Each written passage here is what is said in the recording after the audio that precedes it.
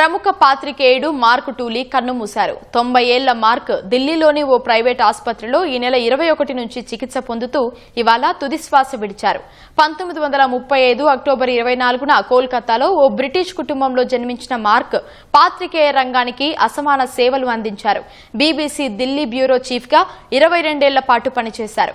Something understood పేరిట BBC రేడియోలో presenter గాను విధులు నిర్వహించారు. బ్రిటిష్ కాలం నుంచి స్వతంత్ర భారతావనిలో పాలనా తీరు తెన్నులపై అనేక డాక్యుమెంటరీలు కూడా ఆయన రూపొందించారు.